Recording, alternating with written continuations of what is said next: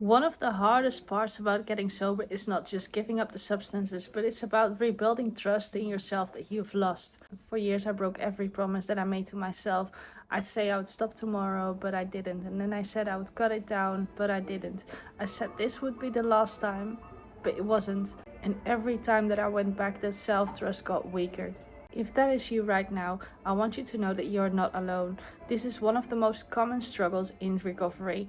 But you have to know that self-trust can be rebuilt. It doesn't happen overnight, but step by step, promise by promise, and you will start to believe in yourself again. And today I'll give you 5 practical steps that help me from doubting myself every single day with every word that I told myself to finally becoming my own biggest supporter. Step number 1, keeping things small. Let's start simple. Trust is not rebuilt with huge and dramatic actions. It's rebuilt in small, ordinary and daily choices. In addiction, we are used to letting ourselves down. We say, I won't drink tonight. And we do. I'll only take 1 hit. And then it turns out to be a binge. That cycle teaches our brain, I cannot be trusted. So in recovery, we have to reverse that pattern. Start with tiny commitments and things that feel almost too simple. Drink a glass of water when you wake up, or write in your journal for 5 minutes, or take just a 10-minute walk outside, even if it's just in the garden. Every time that you follow through, you teach your brain, see, I did it.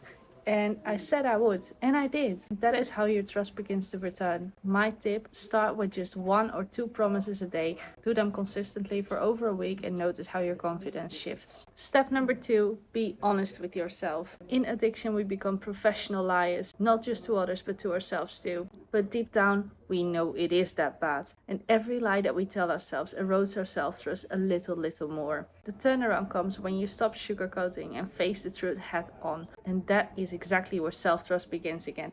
Because now you know that you're not lying to yourself anymore.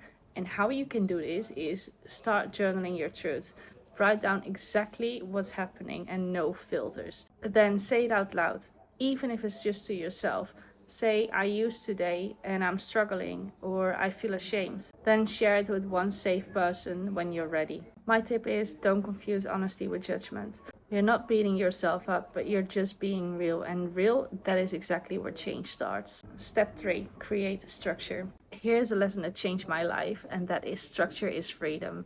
In addiction, life is so fucking chaotic. There is no rhythm, there is no stability, and you're ruled by the craving, you're ruled by this wild life. But recovery thrives on structure. When you create routines, like waking up at the same time again and planning your meals, training, journaling, doing your prayer, you're showing your brain, I am dependable. This is not about control at all, but it's about having anchors in your day to keep you steady. For me, 2 things completely shifted in my recovery. Number 1 is journaling and prayer and reading the Bible. The other one is consistent bedtime that actually gives me sleep. My tip, choose just 2 daily anchors to start with. Stick to them no matter what. Over time, those anchors will rebuild consistency, and consistency rebuilds trust. Number 4 is forgiving setbacks. This is a big one. Because in recovery those slips can happen. But the truth is, the slip isn't what destroys your trust. It is what you do afterwards. In my own journey, I used to slip and then punish myself with guilt and with shame.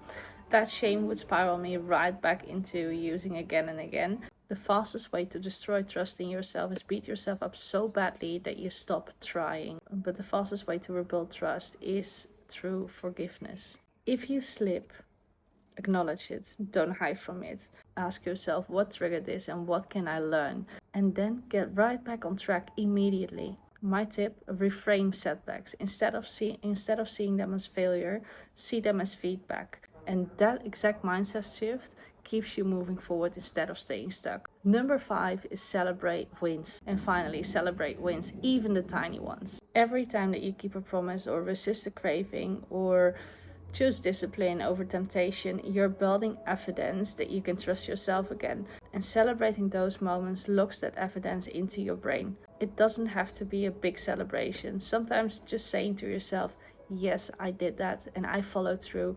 Other times it's writing things down in your journal or sharing it with someone that's important to you. Over time, all those small wins add up.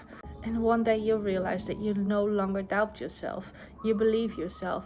and you trust yourself again. Trust is not rebuilt overnight. It's not about perfection, but it's all about small promises, honesty and structure and self-forgiveness, and celebrating the wins along the way.